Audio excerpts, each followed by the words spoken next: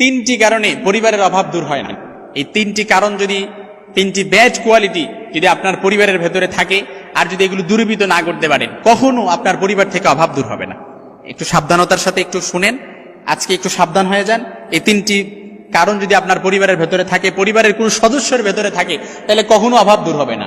যত রকমেরই টাকা ইনকাম করেন, যত কিছু করেন না কেন, পরিবার থেকে অভাব দূর হবে না। এই তিনটি কারণ আপনি আজকেই দূরীভূত করেন, কালকে থেকে দেখবেন অভাব দূর হয়ে গেছে ইনশাআল্লাহ। এখন একটু সাবধানতার সঙ্গে আমি আপনাদেরকে বলছি, একটু মিলায় নেন যে এই তিনটি কারণ আছে কিনা, এই তিনটি কারণ দেখেন কিনা। এই যে সব সময় এসে বলেন হুজুর পরিবারে বরকত নাই, টাকা ইনকাম করে টাকাগুলো যায় কোথায় হুজুর? মান্থলি হুজুর অনেক টাকা ইনকাম করে, হুজুর অনেক টাকা পয়সা ইনকাম করে, এত টাকা হুজুর যায় কই?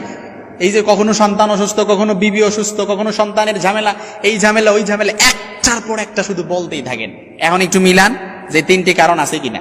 আমি আপনাদেরকে হাদিসের রেফারেন্স দিয়ে রিসার্চ করে আমি যদি খুব সুন্দরভাবে আমি আপনাদেরকে সংক্ষিপ্তভাবে বলি, আপনারা খুব সহজেই বুঝতে পারবেন। দেখবেন যে হুজুর এই তিনটা কারণ আমাদের পরিবারের ভেতরে অহরহ আছে। আমি তিনটা সমস্যা যদি দূর করতে না পারেন, আমাদের পরিবার থেকে অভাব দূর হবে না। আমি আপনাদেরকে খুব সুন্দরভাবে বলতেছি, এখনো বলতেছি, অভাব দূর হবে না। এক নাম্বার হচ্ছে, আমাদের পরিবার থেকে অভাব দূর হয় না, বরকত উঠে যায়। এর একটা কারণ হচ্ছে মিথ্যা কথা বলা। আমাদের পরিবারে অনেকে মিথ্যা কথা বলে। এই যে মিথ্যা কথা, সত্য গোপন করে, স্ত্রী স্বামীর কাছে সত্য গোপন করে, স্বামী স্ত্রীর কাছে সত্য গোপন করে, সন্তান বাবার কাছে সত্য গোপন করে, বাবা সন্তানের কাছে সত্য গোপন করে। অর্থাৎ যে পরিবারের মধ্যে মিথ্যা আছে, ওই পরিবারে কখনো আল্লাহর বরকত থাকে না, ওই পরিবারে কখনো রহমত থাকে না, ওই পরিবারে কখনো রহমত আর সাকিনা নাজিল হয় না। ওই পরিবারটা অশান্তিতে ভরপুর হয়ে যায়। মিথ্যা দূরীভূত করে দেন, ঘরটা শান্তির স্বর্গরাজ্যে পরিণত হয়ে যাবে। আল কিযবু উম্মুজ যুনুব, মিথ্যা সকল পাপের মূল। একটা মিথ্যা, একটা সত্যকে ডাকতে হাজারটা মিথ্যা কথা বলতে হয়। আপনি স্ত্রীর সাথে মিথ্যা কথা বলতেছেন, আপনি এই স্ত্রীর সাথে যে মিথ্যা কথা বলেন, এটার জন্য আপনার কিন্তু আরো হাজারটা মিথ্যা কথা বলা লাগতেছে। কারণ একটা সত্যকে গোপন করতে হলে হাজারটা মিথ্যা কথা বলা লাগে। একটা মিথ্যা দিয়ে একটা সত্যকে গোপন করা যায় না। এই জন্য আপনি স্ত্রীর সাথে মিথ্যা কথা বলতেছেন, এই জন্য আপনার পরিবারে বরকত নাই। আপনি আপনার ছেলের সাথে মিথ্যা কথা বলতেছেন, এই জন্য আপনার পরিবারে বরকত নাই। এই জন্য পরিবারের যদি বরকত আনতে চান, রহমত সাকিনা নাজিল করতে চান, প্রথমেই যেটা বলবো সেটা মিথ্যা কথা ছেড়ে দেন। দুই নাম্বার যেটা করবেন সেটা হচ্ছে, পরিবারের ভেতরে অপচয় করা যাবে না।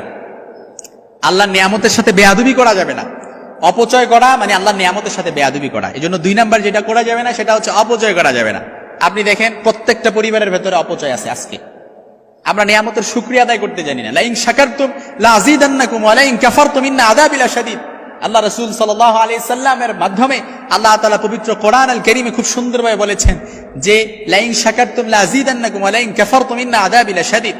যে ব্যক্তি আমার নিয়ামতের শুকরিয়া আদায় করে, ওরে আল্লাহ বাড়িয়ে দেয়, আর যে নিয়ামতের অশুকরিয়া আদায় করে, ওরে আল্লাহ শুধু নিয়ামতের মধ্যে নিয়ামত আরো কমায় দেয়।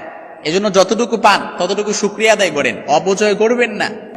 এজন্য আমরা যদি আমাদের পরিবার থেকে অভাব দূর করতে চাই, বরকত আনতে চাই, রহমত আনতে চাই, সাকিনা নাজিল করতে চাই, দুই নাম্বার যেটা করব সেটা হচ্ছে অপচয় করব না, আল্লাহর নিয়ামতের সাথে বেয়াদবি করব না, আল্লাহর নিয়ামতের সবসময় শুকরিয়া আদায় করব। সর্বশেষ, পরিবারে অভাব অনটন লেগে থাকার যে কারণ, অভাব দূর না হওয়ার যে কারণ, সেটা হচ্ছে নামাজে অবহেলা করা। নামাজে অবহেলা করা যাবে না।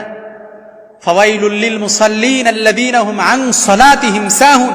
আল্লাহ তাআলা সূরাতুল মাউনের মধ্যে সতর্কবার্তা দিয়েছেন, সাবধানতার সাথে বলেছেন যারা নামাজের প্রতি অবহেলা করে তাদের জন্য ফাওয়াইলুল লিল মুসাল্লিন আল্লাযীনা হুম আন সালাতিহিম সাহুন।